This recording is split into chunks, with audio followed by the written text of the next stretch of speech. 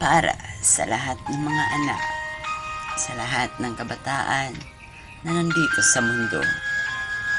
Sana hindi pa huli, magbago na po tayo.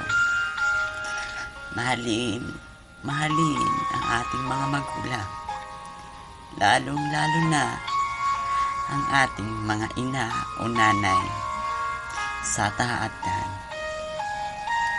Alam nyo, mga anak, mga kabataan sa mundo, ang buhay, mawalan ng mga mahal sa buhay, ang buhay na mawalan ng mga kapatid at mga magulang ay napakahirap, hindi madali.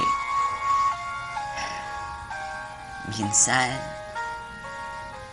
gusto mo nang sabihin, nasa isipan mo na gusto mo nang mamatay dahil sa sobra at tulong-todo na talaga na pagsubok, hamon at hirap ng buhay. Pero sana kahit ganun pa man, huwag tayong mawala ng pag-asa na lumaban, tumayo at magpatuloy sa ating mga pangarap sa buhay. Ang buhay paglalakbay at buhay mundo ay hindi basta-basta. Subalit, maraming mga paraan para matupad ang iyong mga pangarap sa buhay. Dito sa ating mundo, makakasagupa ka, makakaharap ka ng mga maraming pagsubok at mga hirap sa buhay. Sa iyong mga pangarap at pagtupad sa iyong pagtagumpay sa buhay, marami mang tinik na nakaharang at umahadlang. Pero hindi yon dahilan para ikaw ay sumuko sa laban ng buhay. Manalig ka, lumaban ka, magpatuloy ka, huwag kang mawalan ng pag-asa. Dahil kung hindi man sa ngayon ang panahon, balang araw, makakamit mo din iyon. Dahil walang taong umaangat na hindi dumadaan sa hirap sa buhay.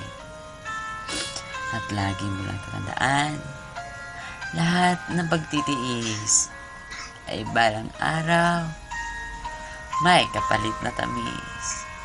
Kaya sana sa lahat ng kabataan, para sa inyo po ito, magbago na po tayo.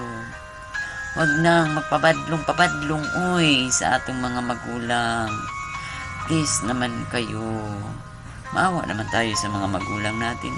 Di ba? Bahala kayo, magsisisi din kayo do. Ako, sising-sisi. Wala nang mga magulang ko. Ako na lang nag-iisa na lalakbay. Gusto kong tuparin yung mga pangarap ko sa buhay.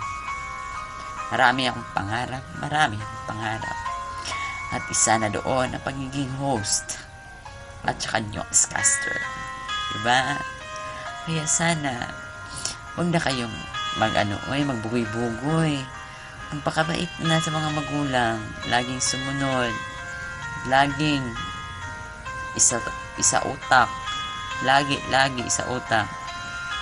Manalig. Matakot sa Panginoon. Okay? Maraming salamat. Sana makatulong po ito sa inyong mga buhay ang ginagawa kong video. Maraming salamat. At magbahay time muna ako kasi may amo. Bye-bye.